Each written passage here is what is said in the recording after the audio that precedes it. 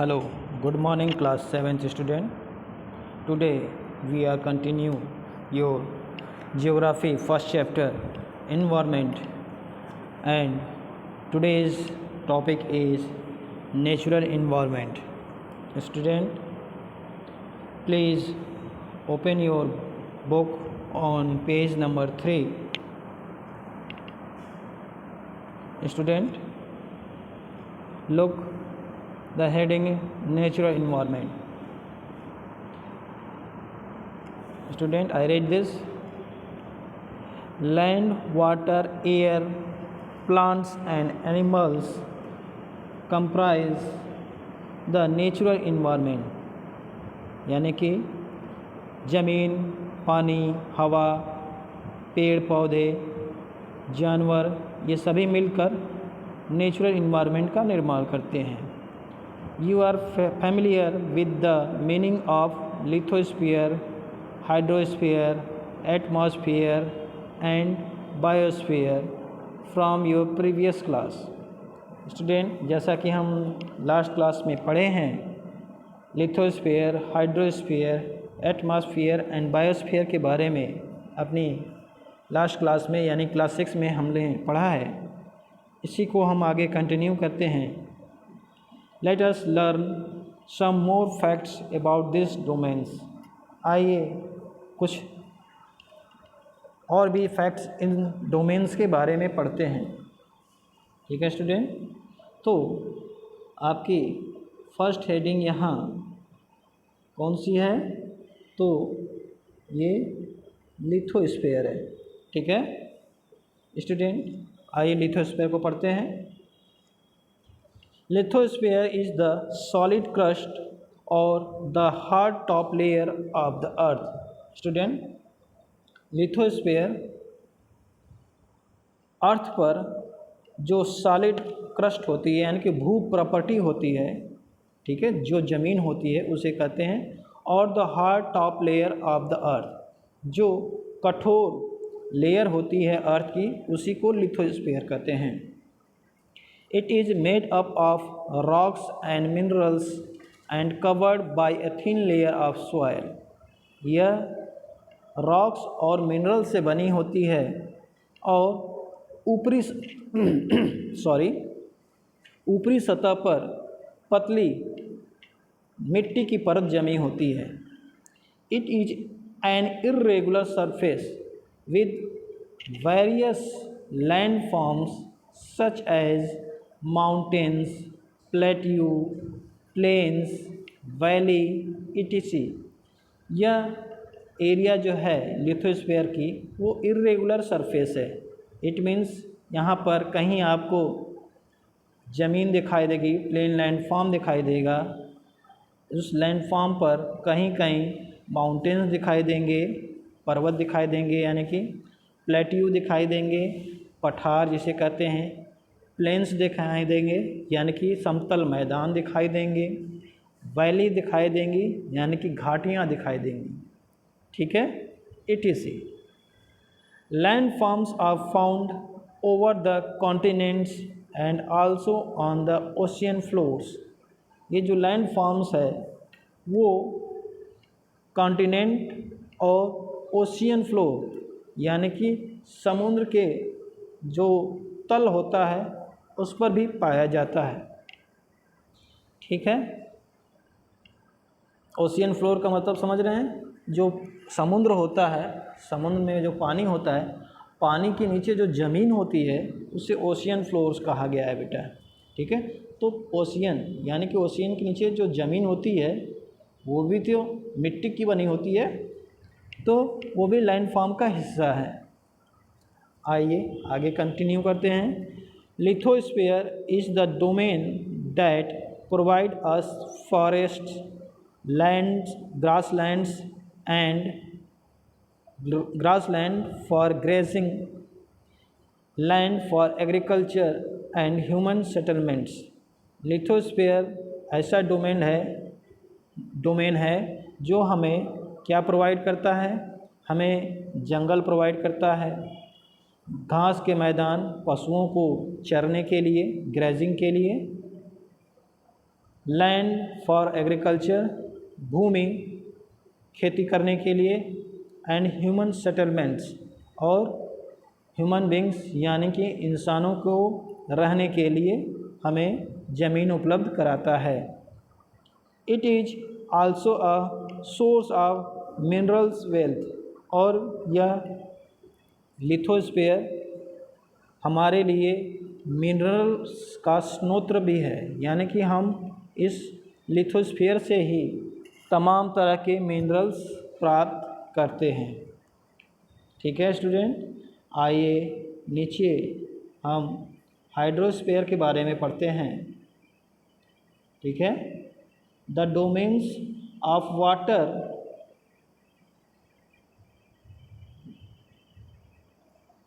The domains of water is referred to as hydrosphere। जो पानी का क्षेत्र होता है उसे हाइड्रोस्फीयर कहते हैं। डोमेन्स मीन्स बेटा क्षेत्र। It comprises various sources of water and different types of water bodies like rivers, lakes, seas, ocean, etc। इसमें हाइड्रोस्फीयर में डिफरेंट टाइप्स के वाटर बॉडीज़ शामिल होती हैं, जैसे कि नदियाँ, लेक्स मीन्स झील, सी समुद्र, ओशियन महासागर जिसे कहते हैं, etc। ठीक है, it is essential for all living organism. ठीक है, ये सभी लिविंग ऑर्गेनिज्म के लिए, यानी कि जो भी जीवित चीज़ें हैं, चाहे वो पशु हो, पक्षी हो, पेड़ हो, पौधे हों, इंसान हो, सभी के लिए ये डोमेन यानी कि वाटर नेसेसरी होता है, इसेंशियल होता है, आवश्यक होता है। ठीक है, आइए नेक्स्ट पॉइंट है atmosphere. The atmosphere is the thin layer of air that surrounds the earth. Atmosphere क्या है बेटा? यदि हम अर्थ को देखें तो अर्थ के चारों तरफ जो एयर का सराउंड है, यानी कि अर्थ को चारों तरफ से जो एयर घेरे हुए है, ठीक है, थिन लेयर, उसी को अर्थ का एटमॉस्फेयर कहते हैं, यानी कि हमारा एटमॉस्फेयर कहते हैं।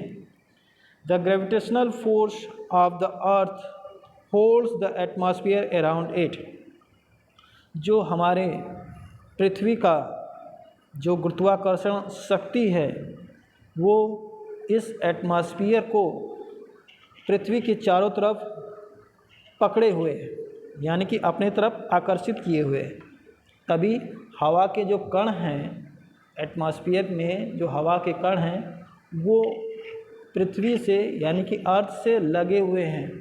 नहीं तो यदि इमेजिन करिए कि यदि अर्थ का ग्रेविटेशनल फोर्स नहीं होता तो ये जो एयर पार्टिकल्स हैं स्कैटर्ड हो जाते, फैल जाते।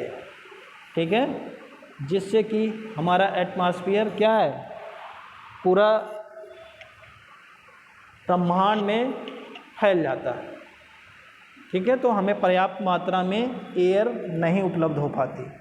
ठीक है, तो एयर को थामे रखने, पकड़े रहने के लिए हमारे जो अर्थ की ग्रेविटेशनल पावर है वो भी बहुत इम्पॉर्टेंट रोल प्ले करती है।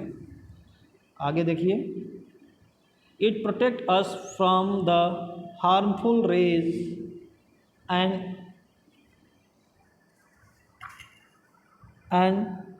स्क्रॉचिंग हीट ऑफ द सन।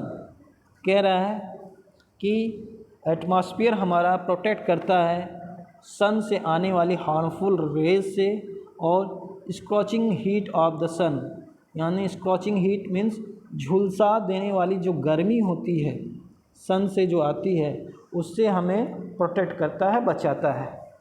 ठीक है स्टूडेंट, यानी कि आप देखिए जब सन से जो ऊर्जा आती है, हीट आती है, उन रेज़ को हमारा एटमॉस्फेयर एब्ज़ॉर्ब करता है और उसका बहुत कम हिस्सा पृथ्वी की तरफ भेजता है। छन कर जब आता है तो उसका सन से आने वाली जो ऊर्जा होती है, हीट होती है, उसका बहुत कम हिस्सा पृथ्वी तक पहुंच पाता है, ठीक है, और उस झुलसा देने वाली हीट को भी वो ऑब्जर्व कर लेता है।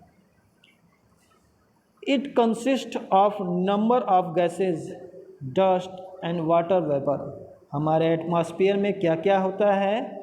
यहाँ नंबर ऑफ गैसेज, तमाम तरह की गैसेस मौजूद हैं, डस्ट पार्टिकल्स हैं, धूल कण जिसे कहते हैं, एंड वाटर वेपर, ठीक है, नमी, जो एटमॉस्फेयर में वाटर वेपर यानी कि जो अर्थ से, जो वाटर बॉडी से इवोपरेशन होकर कहाँ जाता है? तो हमारे एटमॉस्फेयर में वो रहता है, ठीक है, तभी वो कंडेंस होकर क्लाउड बनते हैं, ठीक है। The changes in the atmosphere produce changes in the weather and climate, ठीक है स्टूडेंट। एटमॉस्फेयर में जो परिवर्तन होता है उसी के कारण हमारा मौसम और क्लाइमेट, देखिए बेटा, वेदर और क्लाइमेट में बहुत माइन्यूट डिफरेंस है, ठीक है, वेदर, ठीक है, मौसम, क्लाइमेट, ठीक है। जो मौसम कुछ समय के लिए होता है, यानी कि इसमें परिवर्तन होते रहते हैं, और क्लाइमेट ये निरंतर बने रहने वाली प्रक्रिया है, ठीक है, जो निरंतर बना हुआ क्लाइमेट होता है, जैसे गर्मी, सर्दी, ठीक है, गर्म मौसम, सर्द मौसम, ठीक है, तो वो क्लाइमेट है। आइए स्टूडेंट आगे बढ़ते हैं। प्लांट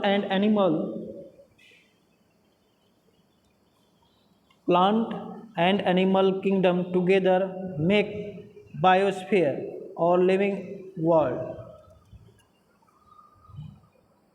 प्लांट यानी कि पेड़ पौधे और एनिमल किंगडम, ये दोनों मिलकर बायोस्फीयर का निर्माण करते हैं।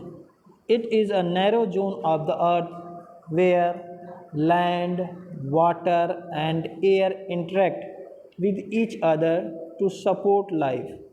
स्टूडेंट, बायोस्फीयर को अगर समझना हो तो हम इस तरह से समझ सकते हैं कि बायोस्फीयर वह एरिया है जहाँ हमारा एटमॉस्फेयर, हाइड्रोस्फीयर एंड लिथोस्फीयर, ठीक है, तीनों की उपलब्धता जहाँ होती है वहीं पर जीवन संभव है, और उसी एरिया को, वो नैरो जोन को बायोस्फीयर कहते हैं, ठीक है। तो जीवन वहीं संभव है जहाँ इन तीनों की उपस्थिति हो, ठीक है, और उस एरिया को ही बायोस्फीयर कहते हैं।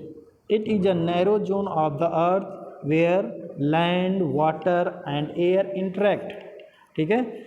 वह नैरो जोन, पतला या फिर छोटा एरिया जहाँ पर तीनों उपलब्ध होता है, क्या क्या? लैंड, वाटर एंड एयर, ठीक है। तो जीवन के लिए इन तीनों की आवश्यकताएं बहुत आवश्यक हैं, इनके बिना जीवन संभव नहीं है, ठीक है। इसी को बायोस्फीयर कहते हैं। क्लियर है स्टूडेंट? तो आज के लिए, आज के क्लास में इतना ही रखते हैं। आप इसको एक बार पुनः रीड करिएगा, ठीक है। इसके आगे हम नेक्स्ट क्लास में कंटिन्यू करेंगे, ठीक है। Thank you, have a nice day.